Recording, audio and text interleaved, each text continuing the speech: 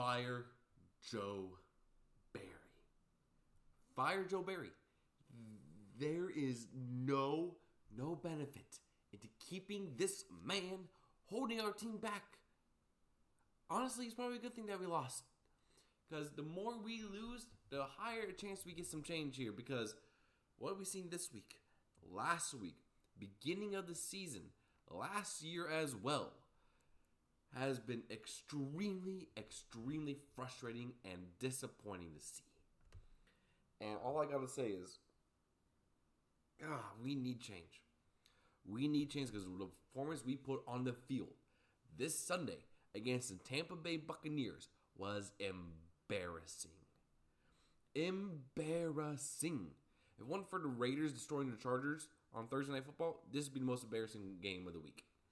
I said it. Simple as that. Because there is no way that we should give up a perfect passer rating to Baker Mayfield. A guy who is a good quarterback. He's been having a good year, but he's a gunslinger. He throws interceptions every once in a while. But Joe Barry's defense and his schematics made him look like prime Tom Brady. And you're going to hear a lot more rants from me in this video, but I need to calm myself down a little bit because there were some positives. Got to get through the scoring and get through the stats. So let's go and get started with the scoring. Because the Packers actually kept up in the first half, I will say that. Start off in the first quarter with a Chase McLaughlin 39-yard field goal for a 3-0 Tampa Bay lead. The Packers then took the lead on a 5-yard touchdown pass from Jordan Love to Tucker Kraft for a 7-3 Green Bay lead.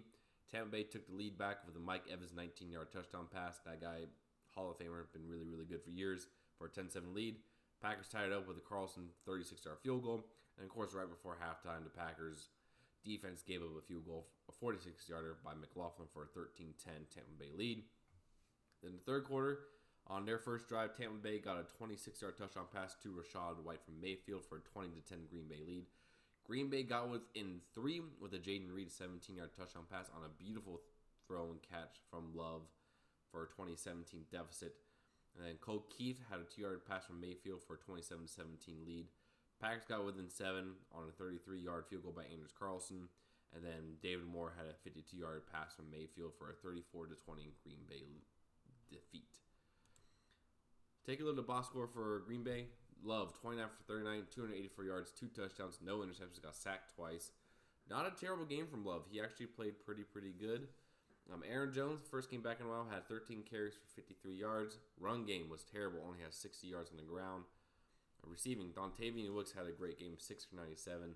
Kraft, 4 for 57 and a touchdown. Reed, 6 for 52 and a touchdown. Dallas, 3 for 30. Heath, 3 for 29 as well.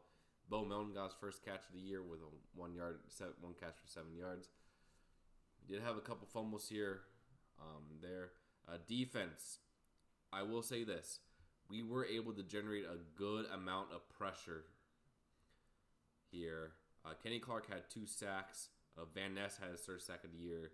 Wyatt had a sack, and Barry had a sack for his fumble. But the main thing is this defense, our linebackers and secondary, got ate up. Carlson was perfect on the game, though, on kicks, so good for you there, Carlson. And Wheeling did a pretty good job punting because what we did, Mayfield, 22 for 28, 381 yards, 4 touchdowns, a perfect passer rating. Run game wasn't bad. We had him on 100 yards, but what we did, Chris Godwin was running all over the field, 10 catches, 155 yards. Moore had a touchdown. Evans had a touchdown. And I'm going to go into a rant here before we talk about the positives because Joe Barry's defense, the schematics he was calling up was so frustrating here that it was insane. Because sometimes our defensive line will make great plays. Like one time we had an 8-yard sack by, I think it was either Clark or Lucas Van Ness. So second 18, we play soft zone coverage, have guys 10, 15 yards off for the receivers. Chris Godwin had Devondre Campbell on him. That's not fair to Devondre. He should not be covering their best receiver in Godwin.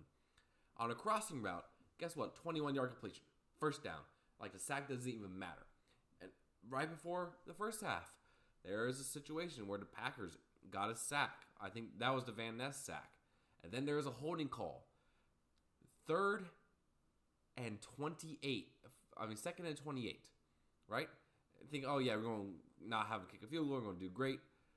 Next play was a 24-yard completion to Chris Godwin, who was wide open again.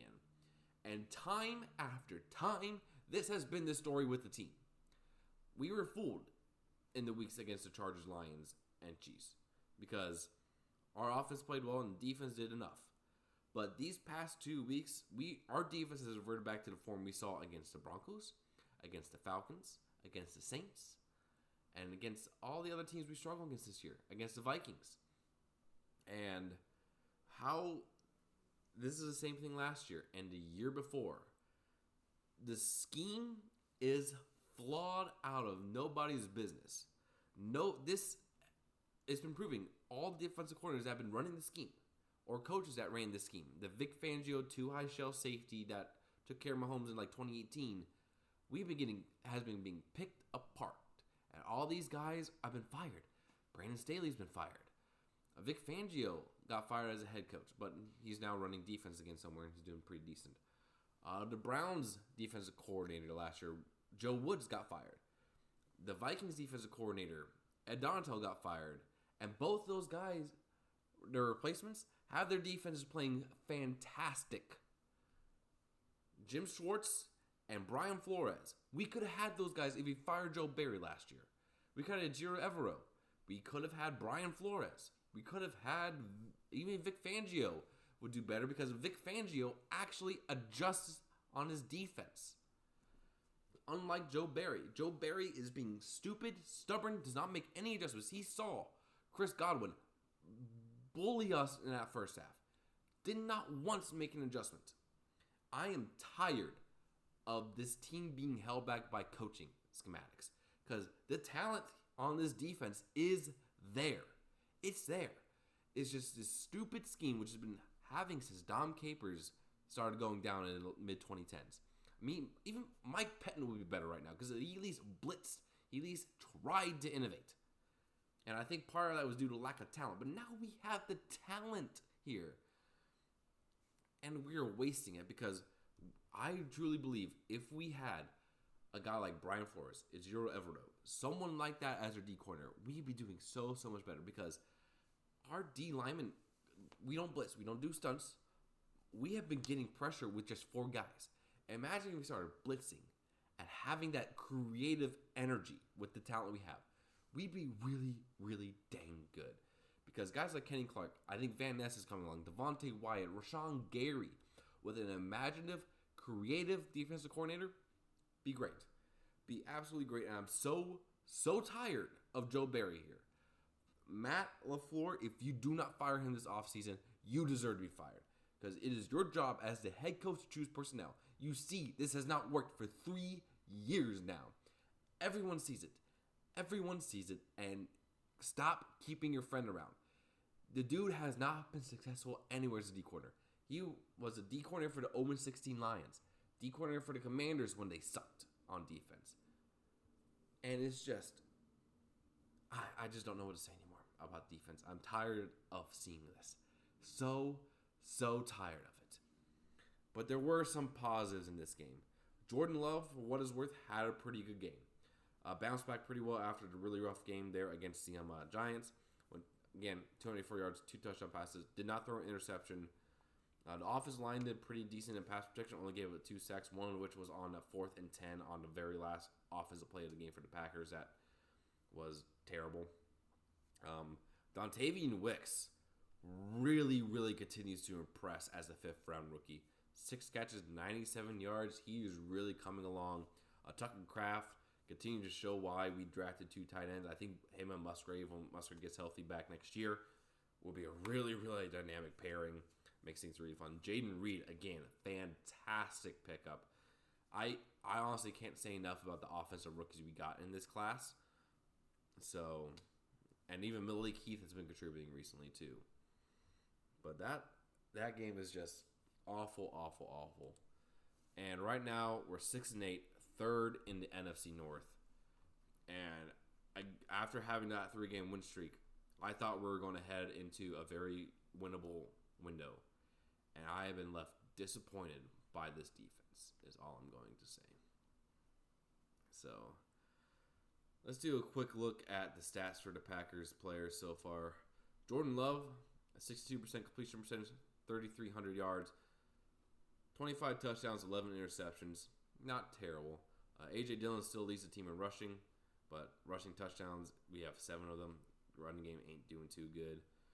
Receptions, Jaden Reed, 54 for 592 yards, 6 touchdowns. Dobbs, 52 for 567, 7 touchdowns. Wicks, 31 for 491, almost getting to 500 yards himself. Watson's doing pretty good. Luke Musgrave was doing great until he got hurt. And Tucker Kraft has really come on recently as well. So these young guys are playing pretty well. Sack leaders, I mean, Sean Gary has 9. Kenny Clark has 6.5. Really, really good there. Van Ness as a rookie has 3. So there is that. Let's just go ahead and take a look at the rookies right now.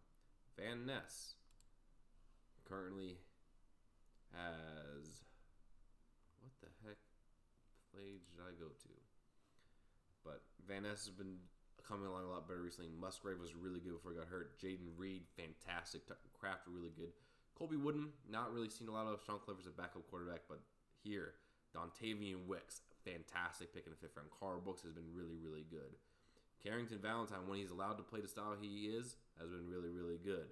Anthony Johnson Jr. has been okay as a safety. I mean, he's a 7th round pick, but overall, this rookie class hasn't been good. But man, playoffs are now a pipe dream. I really think we're not going to make it. I mean, we're probably going to hopefully beat the Panthers, but you never know. Bryce Young's going to have a career day against Joe Barry.